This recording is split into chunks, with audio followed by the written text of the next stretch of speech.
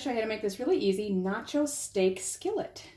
Okay, so you're going to need, first, a nice beef steak. I'm using rump. It's just a beef round tip steak. 10 to 12 ounces, which would be about 300 to 350 grams. And then you need a 1/3 cup of oil. I'm using olive oil. You certainly could use coconut oil. Melted. Then we need 1 teaspoon of chili powder and a 1/2 teaspoon of turmeric. Then you're going to need cauliflower. It suggests 1 pound 8 ounces, which would be 680 grams. That's a small head roughly, because this was actually a bit larger head that I've cut down to size. So then you're also going to need 2 ounces, or about 56 grams of shredded cheese. You can use cheddar and Monterey Jack blend. I'm using all cheddar. 1 ounce or 28 grams of jalapeno slices from a jar or can is fine. 1/3 cup of sour cream. And then 5 ounces or 142 grams avocado, or you can just use prepared guacamole like I'm using. So I've got the oven preheating to 400 Fahrenheit, that's about 204 Celsius. And I've got my cauliflowers cleaned. I've already removed all the leaves and that thick core on the bottom, so it should sit pretty level hopefully. And I'm just gonna go across and make slices. I don't know, maybe less than say a 1/4 inch or so, or a centimeter thick.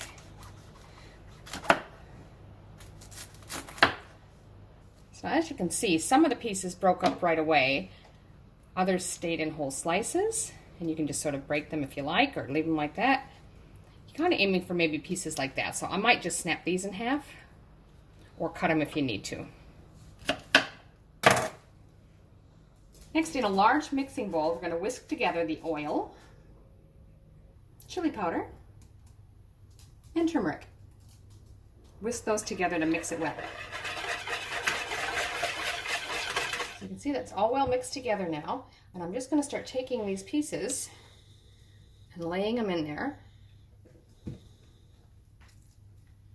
gently. I want to try to keep the shape as much as possible.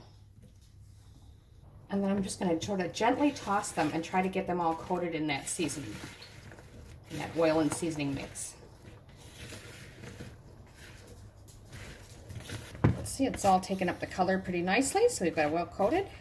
Now we're going to transfer it onto a baking sheet. Now I've lined mine with baking paper. You could grease or oil it as well. So I'm just going to sort of lay out the pieces on the tray. So I'm just going to pop those in the preheated oven now for about 20 to 25 minutes.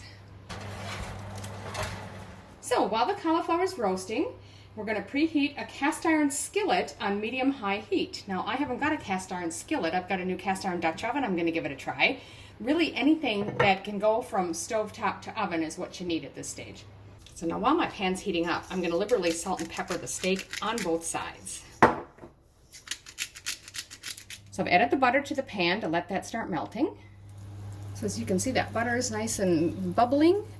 It's not foaming or anything anymore, so I'm going to go ahead and lay my steak in there. Now, because mine is actually a Dutch oven rather than a skillet, I had to cut mine in smaller pieces. That's all right. Once you lay it in there, we don't want to disturb it anymore until it's cooked through. So you only want to have to flip it once. For me, about 3 minutes, but you're going to go as how done you like it. You can go a little longer if you like yours more well done, but it's going to continue cooking when it rests. So that's been 3 minutes. I'm just going to flip them.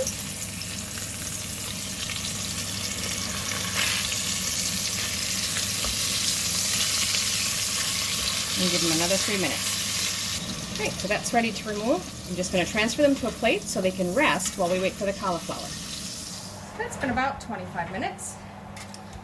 And they're I poked them with a fork just a minute ago to test. They're quite tender.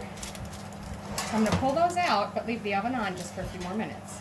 So I'm going to leave those set for just a minute, and I'm going to slice the steak. So basically,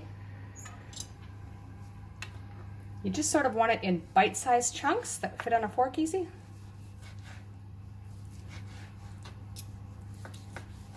So now we're just going to take our cauliflower pieces, probably cool enough to handle now, and just layer them in the bottom of your skillet, or in my case, Dutch oven. Next, layer your pieces of steak over the top. Now we're going to go ahead and add the cheese to the top next. Cheese is if you're using 2 kinds. And then just lay some jalapeno slices on the top. So I'm just going to pop that back in the oven for 5 to 10 minutes just to melt it all together. So that's about 7 or 8 minutes. It's all melding together nicely. There's the Nacho Steak Skillet. This is really very tasty, and it was pretty easy to throw together. I hope you enjoy it.